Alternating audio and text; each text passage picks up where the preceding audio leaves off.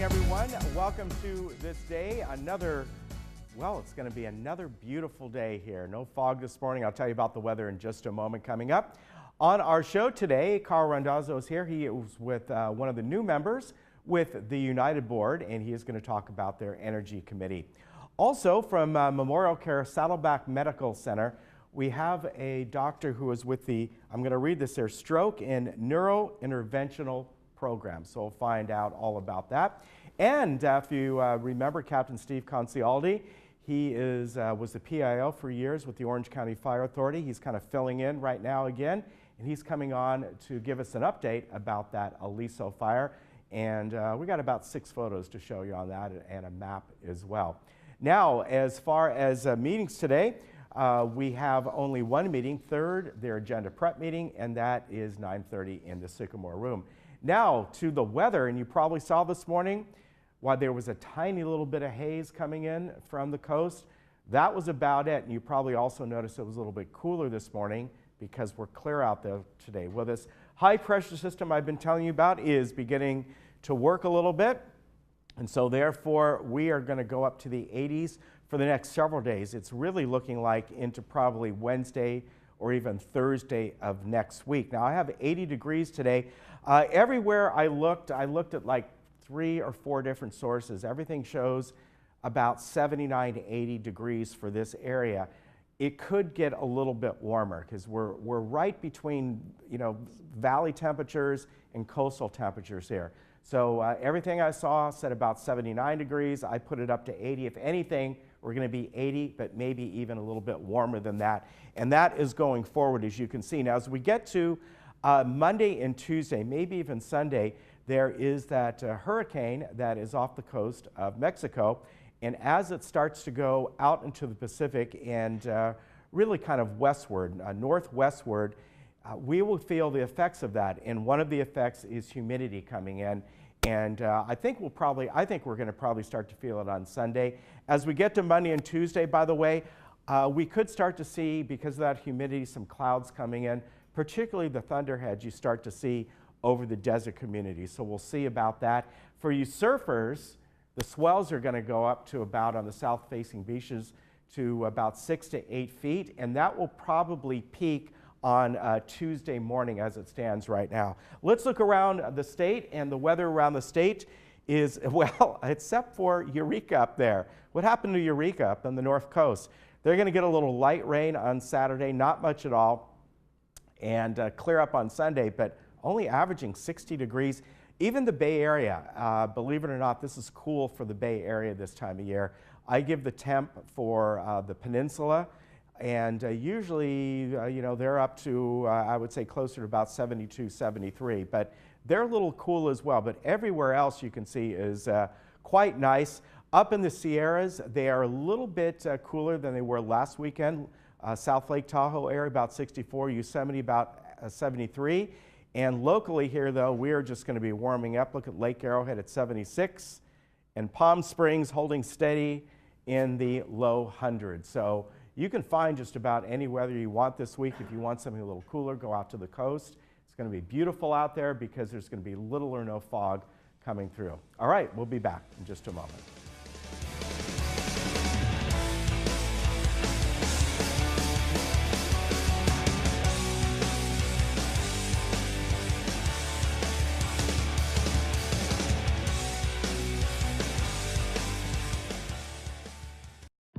Different is powerful. Calming. Different is some of the same, some not so tame. Different is the unexplained, left to the imagination. Different is a passion, tempting you to try. Different is anything but predictable. Different can be good. At South County Lexus, you'll find different is amazing.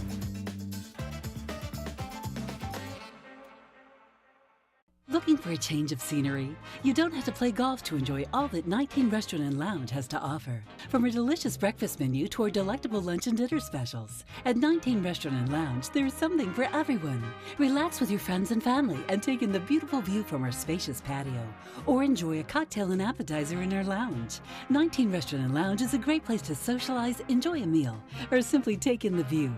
Join us 7 days a week and experience Laguna Woods' exclusive dining experience. Dr. Christine Chung with 7-Day Dental has served Laguna Woods for 17 years. Her office is close, her staff is the best, and she offers great discounts for Laguna Woods. I have been a patient of Dr. Christine Chung at 7-Day Dental for 15 years. She and her staff are exceptional. You may know me from Village Television. I would not go anywhere else for dental care than 7-Day Dental. 7-Day Dental, simply your best choice. We all know there's no place like home. You want to stay in your own home, but day-to-day tasks are getting more difficult to manage. Acticare is the solution. We are the trusted care partner in your community with 5-star reviews. You've taken care of others all your life. Now is the time to let us help you. In-home care is a safe and effective way to help you remain living independently in the comfort of your own home. Acticare, responsive in-home care. Your first day is free.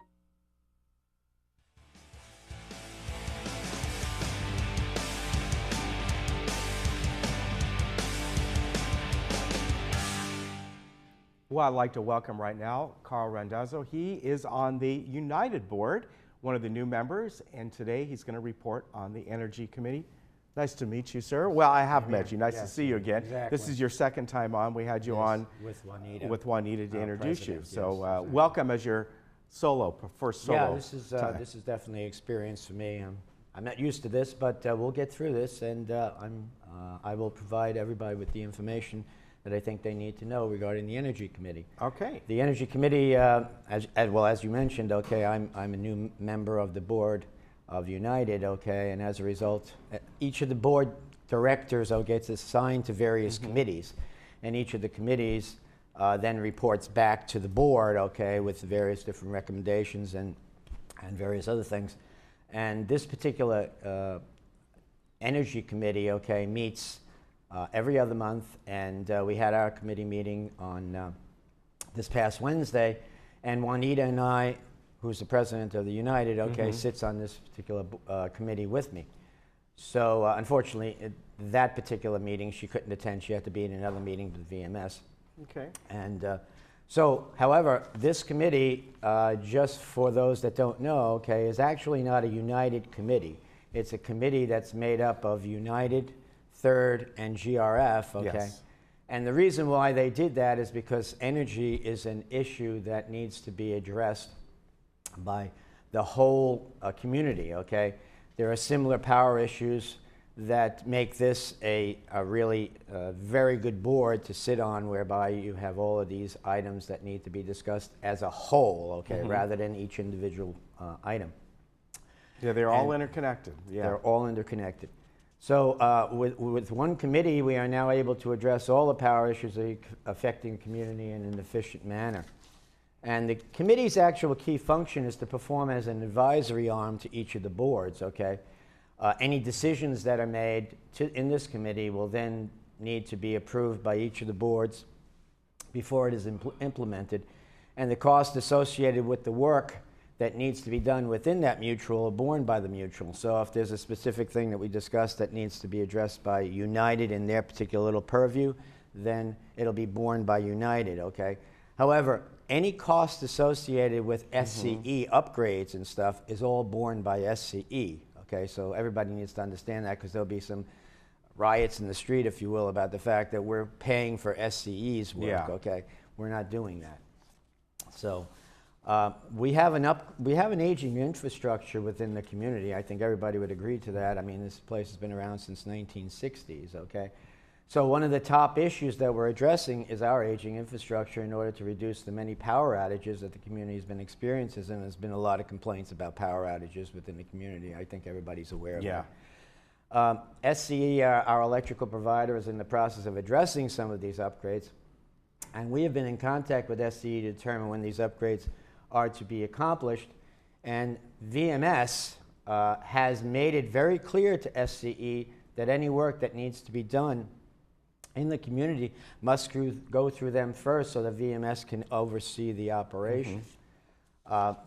Now, I don't know if everybody's seen it, but in the Breeze this past week, there was an article that was posted regarding the fact that on June 6th, there was supposed to be done, some upgrades were supposed to be done by SCE. Now, as of this morning, we have not been provided with any new dates, because right now that date of June 6th came and went, and we have not been given new dates. Okay. So VMS is on top of that, and they're trying to be in communication with SCE. But I just want to point out the fact that it is SCE's responsibility to notify each household in the village as to the start dates and times of any work, okay, that will be done, and any power outages associated with that work. When their work is done, SCE is required to return everything to its original condition. So if the streets have to get ripped up and the landscaping has to get ripped up or what have you in order for them to run cables or what have you, okay, they need to bring it back to its original condition, and that's what they've told us that they're going to do. And VMS is going to hold their feet to the fire on that one. When this work starts, okay, SCE will need to turn off the power in those areas where they will be working. Obviously, there'll be a power outage, but this power outage is now going to be for them to fix a problem, okay? However, I just want to make sure that everybody understands, and it's been posted in the Breeze and various other publications, if you have some medical equipment that needs to be powered, okay, and if you have this power outage, it's going to affect the medical equipment, okay, then it is incumbent that you notify SCE of this particular thing, that you have this type of equipment, and that you have a backup power supply. Okay. And they will help you get one? Is that? No. Okay. I don't think so, okay? Right. At this particular point in time, there is no requirement for them to help for that particular issue. Now, among the other things that we've discussed in this Energy Committee, okay, is we have a grand plan, okay, to find out what we need to do within the community, okay, because we do have an aging infrastructure. So we put together a budget to hire a consultant to address the energy needs and wants of the community. And the list of items that the consultant will address is still being developed. However, some of the things that we're looking into as possible things that we'll have the consultant do is a review of our current infrastructure and develop a master plan of how to address our current and anticipated future needs based on our current infrastructure. Then use this information and data gathered from the master plan to determine how we can integrate our future needs into our current infrastructure. And then everybody talks about solar power, okay?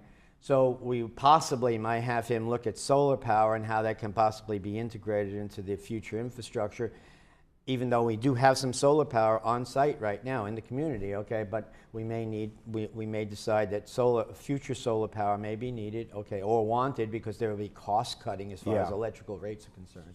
So that's the issue. And then some of the other issues that were currently being considered by the Energy Committee, there are others, okay, but these are just some highlights. The need for additional lighting within the village. People have complained about lighting. The implementation of LED lighting to cut down the cost of electricity, that's being reviewed also. And emergency power as part of disaster preparedness. Just a few of the items that we're basically looking into. The Energy Committee right now is a very intense committee, only because of the fact that it affects us all. And as I said, we do have this aging infrastructure. So at this particular point in time, I don't have anything else to report on the Energy Committee. Okay, well, I'd like, you know, the fact that everyone's sort of working together here, and I know overall that is the goal, because as I said, they're all interconnected, whether it's lighting for United or lighting for Third or SCE coming into different areas. On the street lighting, everything kind of comes together here. Right. And I know that both GRF and Third and as well as United all want to create this almost master energy committee that at least they can meet on a continual basis and solve problems together. Yeah, along with the city. Exactly, and that's exactly why the committee was formed, okay? It is very powerful, I think, okay, because This is not the only committee where we have a joint thing. I think the media and communications and disaster preparedness, okay, are similar, okay? But this energy committee does have a broad spectrum of things to discuss, okay? And energy goes across, as you said, all the mutuals and GRF and what have you. So. All right, Carl, thank you, sir, for coming You're on. welcome. Thank you for the information. And we'll let you know next time there is one of the Energy Committee meetings. Right, Good okay, to see well, you. thank you. Take Bye-bye. care. We'll be right back.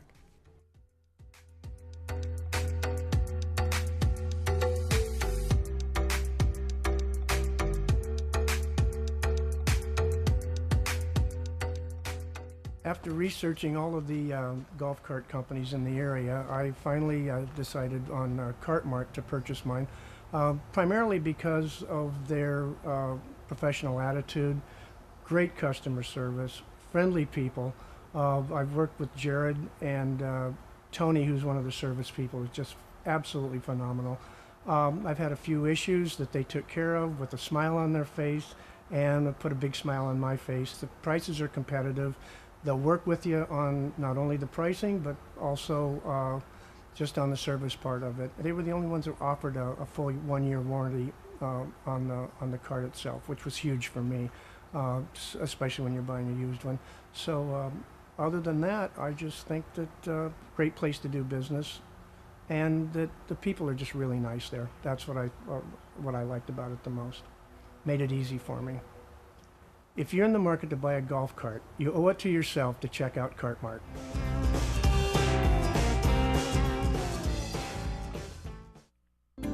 Hiring a realtor you trust is the first step in selling your home. Selecting an escrow company that can safeguard your money and personal information throughout the transaction is the next step.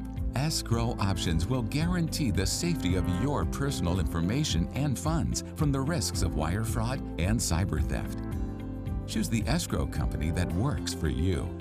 Escrow Options Group, protecting consumer assets in escrow since 2005. Stroke is the leading cause of death and disability in the United States. Stroke occurs when blood vessel in the brain becomes blocked or bursts. Memorial Care Stroke Center at Saddleback Memorial Hospital is one of the few stroke receiving centers in Orange County. We offer state-of-the-art, minimally invasive technology, exceptional and compassionate care, ultimately leading to better quality of life. When stroke happens, every minute matters. At Stroke Center at Saddleback Memorial Hospital, we offer 24/7 rapid and efficient stroke care.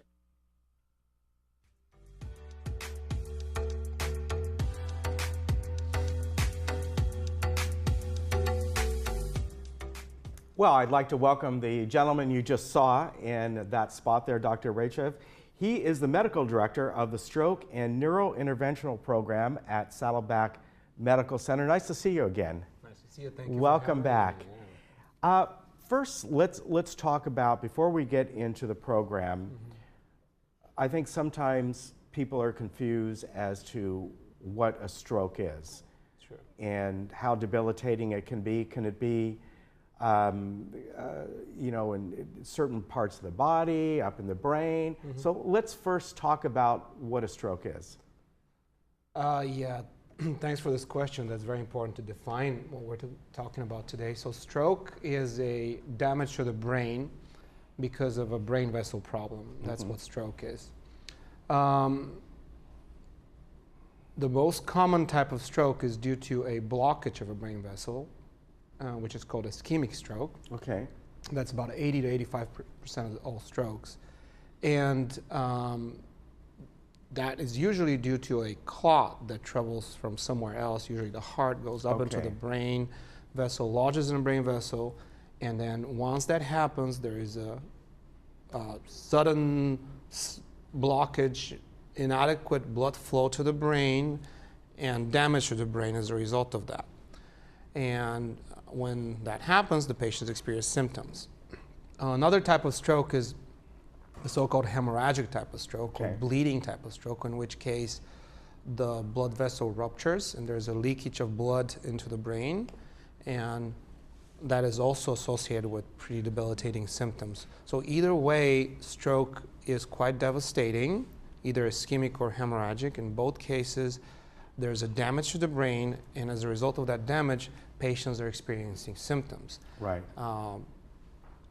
The brain is responsible for many things that we do: vision, language, movement, walking, awareness, and damage to the brain results in deficits in all these functions. Right. Yeah. Let me ask you something, because I'm curious about this. When you hear somebody has a brain aneurysm or something like that, is that like a mini stroke? Is that something that's leading to a stroke? What is that? And the only reason I ask that is sometimes you hear that and you know, how serious is that? And is it a precursor to something worse? Great question, yeah. Brain aneurysm is a weak spot on the brain vessel. Okay.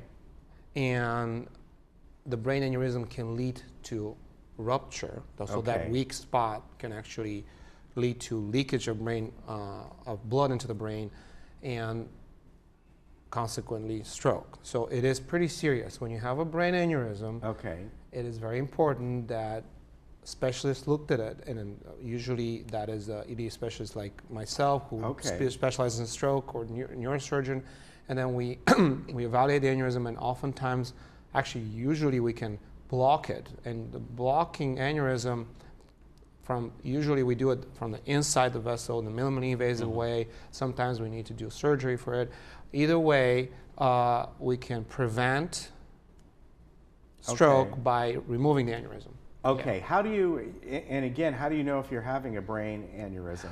I mean, a stroke, we'll get to that. Yes, so ideally you don't want to have the stroke Yeah. before you find out you have an aneurysm. So aneurysms are usually found incidentally if they don't rupture. So when they rupture, you have a stroke, you have deficit, you have brain bleed. But if they're found incidentally, and they're usually found in setting of something else. Let's say you have a headache or other problems, that we check brain vessels and we find it. Oftentimes, aneurysms are also associated with family history. So you have a family history of aneurysms, it's good to check for aneurysms. And an aneurysm is something that needs to be checked with a dedicated scan. It's not something that you can detect by clinical examinations unless they rupture. And we don't want it to rupture, so yeah. All right, now the signs of a stroke. And often, from what I've heard, the person having the stroke may not realize what's going on depending on the severity. Do they even notice themselves what could be going on? Yeah, good question. Usually patients do experience symptoms. If you have damage to the brain, you will have deficits. Yeah. And the most common deficits are loss of ability to move one side of the body, weakness. There could be weakness in the face or weakness in the arm. It could be speech, loss of ability to talk or understand. It could be a loss of ability to walk or gait problems or vision. And this is where we have the acronym FAST. Yes. So FAST stands for F, stands for face, when your face is drooping, for instance. Or A is arm is weak. S stands for speech, inability to talk or understand. And T is very important, stands for time to call 911. And there is another additive to that acronym, BFAST. B stands for balance, and E stands for eyesight. So if you remember BFAST, meaning balance issues, eyesight, inability to see, face weakness, arm weakness, speech problem, T, time to call 911. Very important. Okay, and the reason I ask that is, you know, there are a lot of folks that live alone. And, you know, if you live with someone else, they may recognize what's going on before you. But that's why I'm wondering if it's happening to you and there's no one around you. I guess it depends how fast it happens, how severity. You may recognize it quick enough to call yourself, call 911 yourself, or is it just so quickly that? No, it actually can happen. It can happen somewhat gradually. Usually happens very quickly, but a lot of patients are able to notify or call 911. But if they're, let's say, they have inability to talk, or they can lose their important function like speech, in which case they'll rely on their family members or someone who witnessed this. And if they live alone, this one we actually recommend having bracelets or other technology to immediately notify the emergency medical system so it can come in and pick them up. Okay. Now, let's talk about the receiving center, the stroke receiving center, and how does that operate, and is that dedicated to people coming in just having these symptoms? In other words, you come in, paramedics bring you in, and they recognize the signs. So is there a separate entity over there at Saddleback Medical Center? Yeah, great question. So brain being the most complex part of our bodies requires complex care. So, and stroke is a brain disease, so therefore stroke centers are they're complex centers. They require high level of technology, expertise to treat for these patients. So stroke center is a center that is dedicated to treat stroke patients, and stroke centers have all the necessary equipment, technology, and expertise to treat patients who are likely to have stroke or are having strokes. Okay, what about some warning signs that people may have pre-stroke? Are there, in other words, you're not, a stroke is not happening, but maybe there's something over the coming weeks. Can there any signs that could be given, other than the fact that maybe you have other health risks, but somebody may saying, well, you know, I think I need to go to a doctor because I'm worried that these kind of symptoms may lead to something worse? Yeah, great question again. So all the symptoms that I mentioned can happen and they can go away. And that happens quite often, actually. About 10 to 15% of the time, symptoms resolve. So loss of ability to see, loss of balance, loss of speech, loss of sensation one side of the body, loss of strength on one side of the body can resolve quickly. And oftentimes patients are reassured, okay, something happened to me, I'm good, and just keep going with my life. No, this is a warning sign that actually that can happen again, and that's what we call TIA. So that should not be ignored, and very important, again, when patients experience signs and symptoms of stroke that I just described, call 911. Don't go to your primary care doctor. Don't go to a friend. Go to this. Call 911, because 911 will take you only to a specialized place that can treat stroke. Because stroke can be treated. All these symptoms I described, if they persist, we can reverse them. And we can give medications, or we can perform specialized procedures that can actually unplug the blood vessel, or we can fix the aneurysms if they're ruptured, and all that is offered in Saddleback. That's why we are Stroke Receiving Center. All right, one more question. Yes. We have screenings yearly, every couple years, for breast cancer and colon cancer and things like this. Are there screenings that folks can get about your brain health, about the possibility of a stroke? Is there something, you might be perfectly healthy, but you go in once a year, once every 3 years, depending on your age. They go, okay, we're gonna check for this type of cancer and that type of cancer. Is there something that people can go, can I check how my blood vessels are doing, and something like that? Yes, great question. So generally,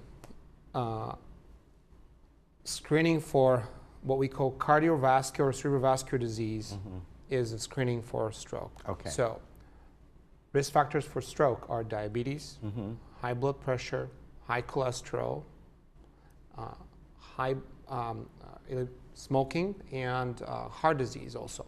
So if you have any of these factors, then you're at risk for having a stroke. Okay. So check your blood pressure very regularly. Check your cholesterol levels. Check your sugar levels. Don't smoke.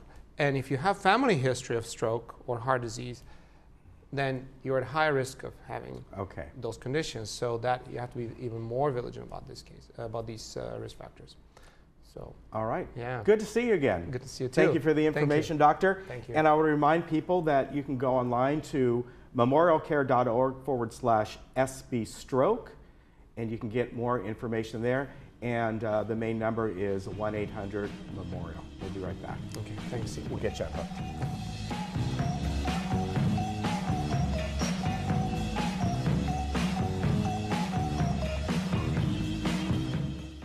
Diane's Hallmark is a family-owned Gold Crown store that is much more than just a card store. Our women's department has apparel, accessories, and jewelry featuring Vera Bradley and Bagalini handbags. Our religious department carries many different Christian books and Bibles, plus a great selection of Christian gifts. Of course, we have a large selection of cards and gift wrap as well. Come in and experience our personalized service. Hi, everybody. I'm Sean Thomas. Welcome to Sports Talk. Come join me here every Thursday at 11:30 a.m. for sports highlights, tournament news, and interviews for Laguna Woods residents and around the world. Hey, maybe even Broadway. It's a beautiful day for a ball game. Put it on your calendar. Thursday mornings, a great way to start your day with me and the Sports Talk way. Or even a triple's okay. I'll see you then.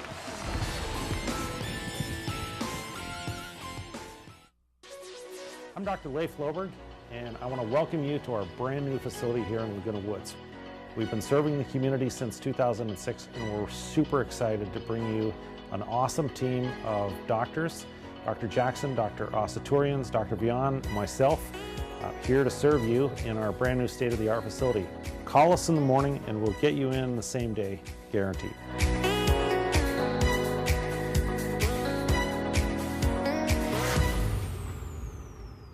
At El Toro Pharmacy, your health needs and your quality of life is our top priority. We can be trusted with all your prescription needs, delivered free to your doorstep. Call us to have your prescription transferred. We will take care of everything. No hassle to you. We are a full-service pharmacy carrying all your over-the-counter medicines at competitive prices. And we offer complete diabetic care and your immunization requirements too. Under new management, come visit us in Moulton Plaza. El Toro Pharmacy will never be undersold, and we offer the finest after-sales services.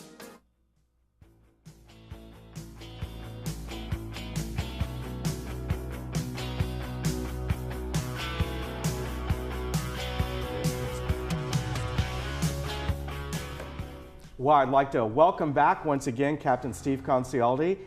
You know him for years. He was the Public Information Officer for the Orange County Fire Authority. He still fills in because they just bring him back whenever they can. Thank you. You have great PIOs, by the way. Yes, Larry Kurtz, and then the new one we haven't met yet, Tony Bomarito. Wonderful PIO, and he's been busy in this last 2 or 3 weeks. He had the incident in Aliso Viejo. Yeah. He's had a couple of major fires and real bad traffic accidents, and then the Aliso fire last Saturday. So he's been extremely busy, and just like it is, always is. It's like, welcome to the fire. Yeah, we're going to hope to get him on in probably a couple of weeks or so. Super. But you're here to talk about the recent Aliso fire, and this was, of course, sort of in the middle of Soca and then the Laguna Beach, top of the world area in that canyon there, right? Right, so it happened around 1 o'clock on Saturday, which that is a busy, Aliso and Wood Canyon Wilderness Park. Right. It's a busy area. It's a beautiful park. There's hiking trails, there's mountain biking trails and everything. So that fire started midday, and fortunately there was no winds, no significant winds. Right. So it was more what we call topography or slope driven. Okay. The fire quickly ran up both sides towards top of the world, as well as towards Soka University, and it was pretty dramatic. And so this was a significant fire. Fortunately, this was one of the only fires, large fires, that was going in Southern California. So we were able to, Orange County Fire, as well as the surrounding counties and cities, and there was every city in Orange County represented from all the different fire agencies. Wow. I mean, initially, we threw it, at the height of it, we had 525 personnel. Wow. And at one point we had 11 air tankers and 8 helicopters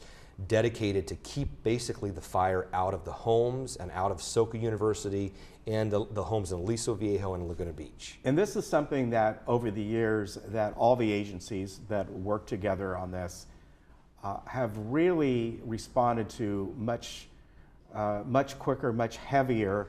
It used to be, and I mean heavier right from the start, meaning bringing in all this equipment.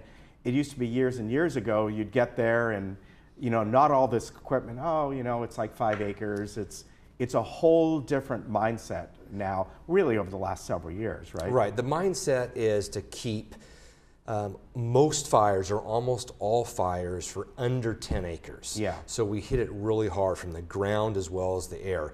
Now this is steep, rugged territory back there in some areas, and it's inaccessible to our fire engines and our ground supports. That's why we rely on the helicopter and fixed wing. And to have 11 fixed wing and 8 helicopters, I mean, that's significant. Yeah. And at one point in the fire, those planes were on no divert, meaning they were committed. The 100% focus was on this fire and to keep that fire away from the homes. Okay. So when something like this happens in this area in early June, no wind, I mean, there was some onshore breeze, but it was more of a breeze. A lot of people going, you know, what happened here? How did this start? Of course, you folks may not know this yet, but it becomes concerning because along with that, over the last few days, you had like a spot fire in Holy Jim, and I think there was one off the 133 the other day. I mean, tiny, but still, wow, you know, all these are happening very, very, very early in the season with mild weather. Right, and so even Governor Brown basically said, we're year-round fire season. So we used to have a season, this is opening fire season. It just shows how dry it's been. Even though we've been extremely dry for a number of years, we had some rain early in the year and last year, but when a fire does start, it quickly grows. And that's why we need the assistance from the public. And Laguna Beach has done an excellent job, as well as Aliso Viejo, in fuel modification zones and fuel management. I was part of the 1993 Laguna fire. And you know, hundreds of homes were burned there in Laguna Beach. And since then, the city of Laguna Beach, as well as the county, they've done an excellent job of providing defensible space around housing tracts, encouraging the residents to have defensible space around their homes, not allowing wood shake shingle roofs anymore to be put in. Because like we saw in the 2008 Freeway Complex fire, we saw ember intrusion. That was the buzzword at that fire. And at that point, when those homes were built years ago, the vent openings for their attic were 1/4 inch. So now the standard is 1/8 of an inch, where those small embers were getting in to the attics, landing on roofs, landing next to homes. So that's why we need the public's help. Even though we sent multiple fire engines, there was at one point 56 fire engines assigned. Wow, that's pretty significant. And from all the surrounding counties. we have a couple or 3 pictures here, and when I looked at these this morning, I was like, wow, Burbank, Arcadia, Monterey Park, and the reason I was like surprised at that is, well, unfortunately, nowadays, a 150-acre fire, I think that's what it was. 175 acres. Is now considered almost, a manageable small fire, unfortunately, because we've seen these giant ones. But it's nice to see that you have what's called the mutual aid all comes in, they all work together. Just like OCFA is going to go up to LA County or up to Northern California if needed. Exactly. So Orange County participates in the Master Mutual Aid plan for the state. It is the best in the nation. And so basically we share resources. So we had fire engines from all the surrounding counties as well as Santa Barbara County. Because when they had the Thomas fire in December of last year, we sent a number of resources up to the Thomas fire, and they do the same. Because right now that was a significant fire, threatened homes in Aliso Viejo and Laguna Beach. But we were able to attack it hard from the ground and the air to keep that fire as small as possible, because it's the potential. We saw with the Canyon 1 fire and the Canyon 2, the difference about those 2 fires was the winds. So I was at both of those fires. The Canyon 1 fire, it was more slope driven. It hadn't burned in a number of years. So we saw these quick runs, explosive, growth of the fire, but we didn't have the strong winds behind it. So our firefighters were able to get in there and protect the homes as well as the aircraft. But in the Canyon 2 fire, there was nothing we could do. We had significant wind, and that quickly blew that fire towards Anaheim Hills, the Anaheim area, and that's why there was homes that were lost. Nothing that any of the firefighters could do. You cannot slow a fire down when you have significant winds like that. We just have to do the best we can. So that's why we need the residents to do their part. to have that defensible space. And the homeowners associations and the cities are doing an excellent job of helping us with those fuel management areas. Yeah, and that's extremely important wherever you live in Southern California. I mean, we both know that because we live in areas where we have canyons near us. Exactly. So we're kind of in the same predicament. But the fact that you folks, meaning all of you within the Orange County Fire Authority and LA, the Mutual, everyone comes down and gets on these things so much quicker than what they did you know, back in even 10 years ago. Correct. Is incredible.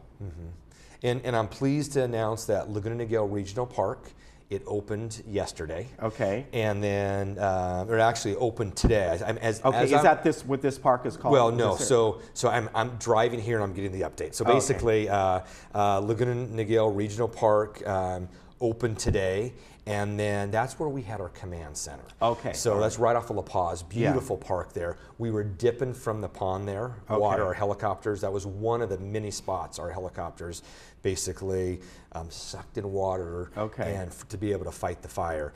And then the Aliso and Wood Canyons Wilderness Park. That's where this fire was. It was between you know, top of the world and Aliso Viejo. That's going to open tomorrow. So Marisa O'Neill from OC Park, she's their PIO. So as I'm driving here, she was going to the office and sending me the updates. There will be some trails that are still closed. And those trails are Nature Loop, Dripping Cave, Coyote Run.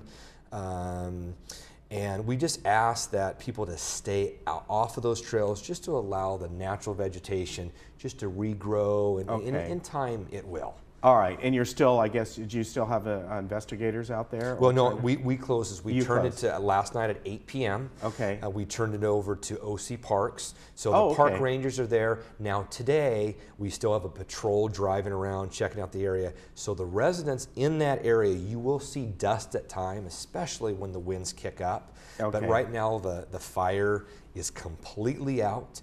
And again, there'll be dust in the area probably for a few weeks. Okay. You know, I always wanted to ask, with the fixed-wing aircraft, where do they get their water from? Do they actually go out in the ocean and scoop it up? So the super scoopers do that. Okay. So every year, LA County will have a contract. Right. And we could use those on request here.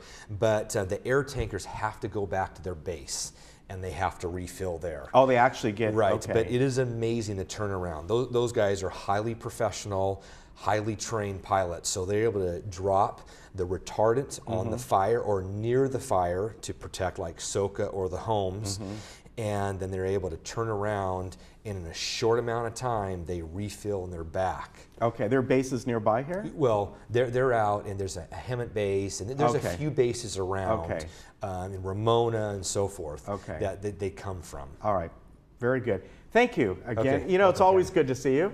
It's good to see you, Ken. Yeah, and I know we'll always see Steve again, and hopefully very soon we get the new PIO on and meet him. And I think next time around we'll probably talk about this time of the year, drowning, and how serious that is, and how it's usually 100% preventable. It is, and we still have it. Yeah. So right now it's warm. Fortunately, we live in a great area here in Orange County. We have pools, access to beautiful beaches, but we have these preventable drowning incidents that happen way too often. Yeah, very good. All right, good to see you, my friend. Good to see you, Ken. Take care, say hi to the family. We'll be right back.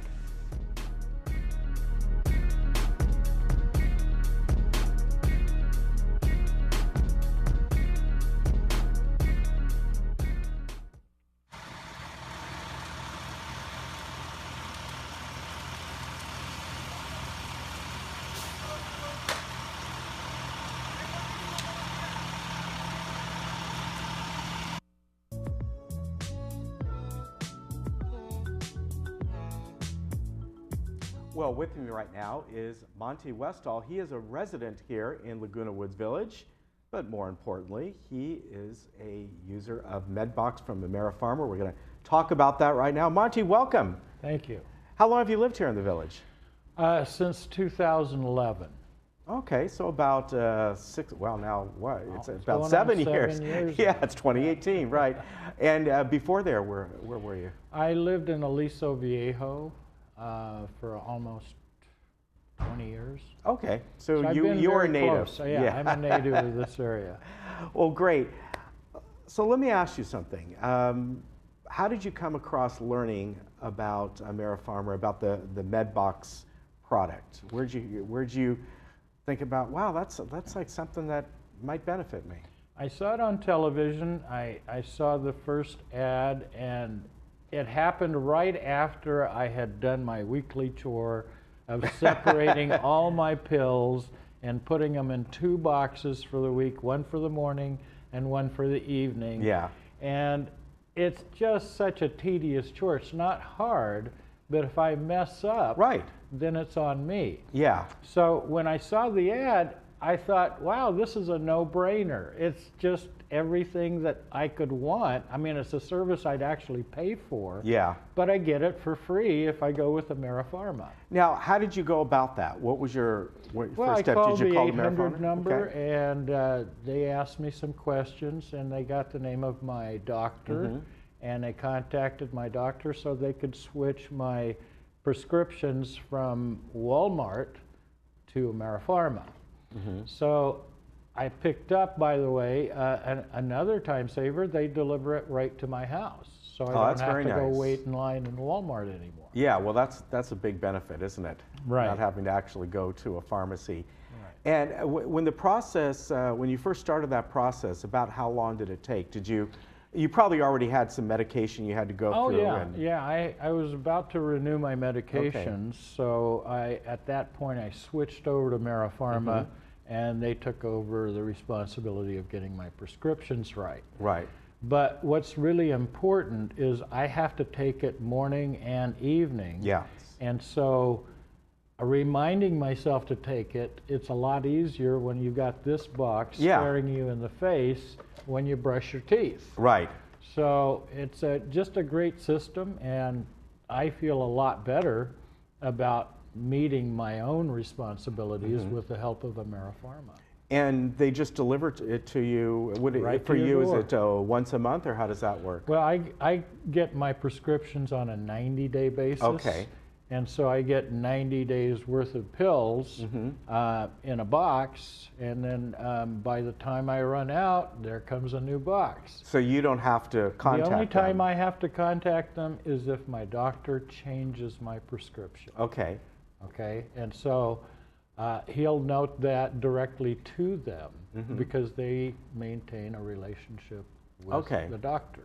So it's not something you really, I mean, obviously you're going to go see your doctor. Your Right. doctor's going to consult with you, tell you if there's any changes, but then they, of course, your doctor communicates right with AmeriFarma, and they take care of that. That's right. That's right. Just like if you were at Walmart and you had a change in prescription, they would contact your doctor. That's what AmeriFarma Yeah, does. and as you said, this doesn't cost you any more. It's actually a valuable benefit or a service that I'd pay for just to get rid of that responsibility and the chore, but they provide it for free.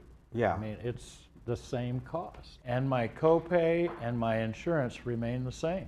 And it's very convenient, as you have the box right here. Yeah. You just go through right in the day. Right. And pull out, and you know, it's here, here, I'll hold this up here, people can see, but it go ahead, it right on the label. I know that's a little hard to see, but it shows what the prescription is, and it has your time, and so it doesn't, you know, you don't have to worry about that, but you can always double check it, and then the next day or next time comes around, and there it is, right? And I don't have to pick up any more pills that I've dropped on the floor. No. You know, that's got to be a huge benefit, because I can just imagine, I'm not at the point where I have to take anything, but if you're taking even 2 or 3, every week you got to kind of dole it out in those little boxes or whatever it may be. Yes.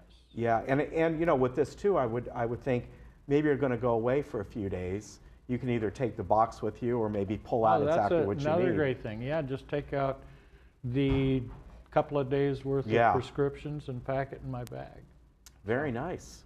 But I think that this has made my life so much easier in a very important part of my life. Yeah, Yeah, I mean, managing your own convenience is- prescriptions. Yeah, making So, it convenient is fantastic. I think that anybody that is dealing with prescriptions the way I am, they've got to try this because it just saves so much time and it's another load off your shoulders. Yeah, and so for you again, you contacted AmeriFarmer first, gave them your information about your primary care doctor, and then they dealt with the doctor and the Couple of phone medications. calls was all it took. Yeah, and then you get your first box. Right. And for you, it's every 90 days. 3 months, yeah, every 90 days. Yeah, that's nice. That's nice too. Yeah. Very good. Well, I'm glad you found this, found the med box from AmeriFarmer, and it looks like you're enjoying living here. I am. I mean, the golf here is fantastic. The people here are great, and the security's tight. So this is one less thing I have to worry about. Yeah. as I enjoy my retirement. Yep. All right. Very good. Hey, it was great to meet you. I hope I see you again. Well, thank you, Ken. All right. You take care, and we'll be right back.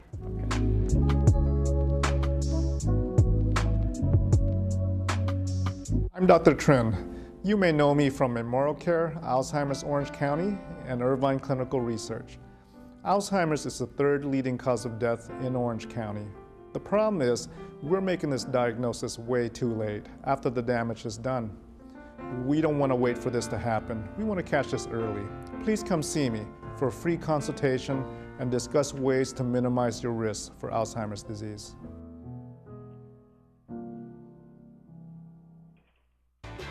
Hi, I'm John Bowser Bauman. You probably know me best as Bowser from Sha Na Na, but I'm also president of Social Security Works PAC. And you know, when I'm in Laguna Woods, I always watch Village television.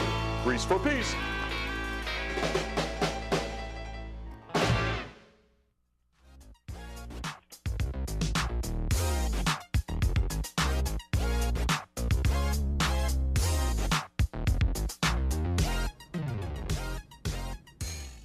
A classic movie coming your way today on Friday. Guess Who's Coming to Dinner? This came out in 1967 and just was one of the best movies of the year and really considered a really groundbreaking movie. Of course, this stars Spencer Tracy and Sidney Poitier in this, and it's all about how the daughter of the characters of Spencer Tracy and also Katharine Hepburn, whose daughter is visiting or coming back from Hawaii and happens to bring her fiance that she's only known for a couple weeks, that they met in Hawaii. Well, it turns out it's Sidney Poitier, and of course, back in 1967, a mixed race couple was quite unusual, and believe it or not, in many states, still back in 1967, it was illegal. Actually, there was a Supreme Court ruling that made it illegal, but it was really right about that year that happened. So it's how they come back and visit her mom and dad who live in San Francisco. He actually runs a newspaper there. She runs an art gallery. And it's, there's a little bit of comedy in this as well. It's a very well-played movie. Great actors. Of course, Spencer Tracy actually died about 2 weeks after filming of this. He was quite sick when he did this. And in fact, they said a lot of his lines he had to do one at a time. He often did when the other actors weren't there. And he could only come on set in the mornings. By about noon or so, they had to let him go because he was getting so tired. So this was his last movie. And Katharine Hepburn, again, was, of course, in this and would coach him through it. They had an ongoing relationship for many, many years. Now, the young woman, Katherine Houghton, is actually Katharine Hepburn's niece. And Katharine Hepburn picked her to do this role. It was her first role, and she thought she'd do really well in it. Plus, there was a family resemblance, obviously. Altogether, a great movie. Guess Who's Coming to Dinner will be shown to you today at 2 o'clock and then at 7 o'clock. Short movie, 108 minutes. It's not rated. Very, very good movie. If you have not seen this before, take a look at it. Now, our other movie coming up on Monday, a totally different movie based on a true story. It's called The 1517 to Paris, and it's all about a group of American travelers who are on a train that is going to Paris, and they thwart a terrorist attack on the train that's bound from there. bound into Paris, going through Europe. A lot of these actors that are in this were the actual folks who were involved with this. It's directed by Clint Eastwood, so it's you know, very suspenseful movie. This happened actually 3 years ago. It happened in August of 2015, and it follows the course of these friends' lives from their struggles of childhood and then finding their footing in life to a series of enlightening events that bring them together when this happens. So this will be our Monday movie, the 15-17 to Paris. So good movie, and well done by these new actors that were in this, of course directed by Clint Eastwood. You know, you got a pretty good start right there. All right, I want to tell you about the weather, and just a beautiful day. We've got that clearing of all the fog. We might get a little bit of that marine layer in the morning, but overall, we're going to be in the low to mid 80s all the way through next week. And in fact, we could get a little bit of humidity coming in as we get to the start of next week. That's because of that hurricane that is, I think it's a tropical storm now, that was off the coast of Mexico and is now moving out into the Pacific, but northward. So therefore, we're going to get some surf swells on that. Probably the height of that will be Tuesday morning. But along with that, we could get some humidity, and I wouldn't be surprised if we start to see a little bit of thunderheads in the area. Sometimes you see them over the desert communities when that happens. So warm weather coming up. I don't see much fog. We might get a little bit of that morning stuff. It would be nice, but I kind of doubt it. Weekend in California looking really good. If you're in the North Coast, they're getting some light rain up there today and tomorrow. Then it'll clear up on Sunday. But everywhere else is looking pretty mild to warm to hot, just depending where you are. So good weekend, go out and enjoy it. And coming up on Monday, we're going to have James Chung from 3rd Mutual, also an update on your village library. And Richard Palmer will be here. The Tea Party Sentinels is having an upcoming meeting he'll tell you about. Have a good weekend. Bye-bye.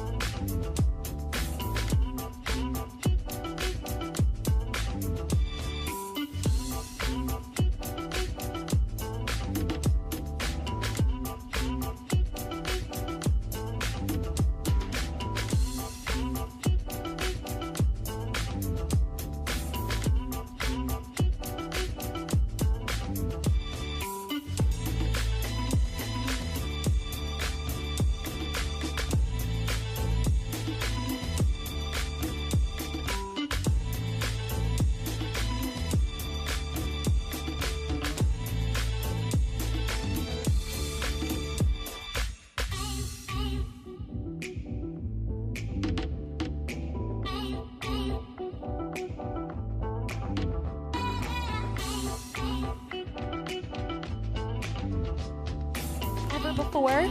And did you know that social interaction, brain stimulation, and exercise improve your quality of life? Did you know the Saddleback College Emeritus Institute offers 200 tuition-free classes to older adults in South Orange County? With over 30-plus locations between Lake Forest and San Clemente, it has never been easier to take advantage of your third act of life. Sign up today.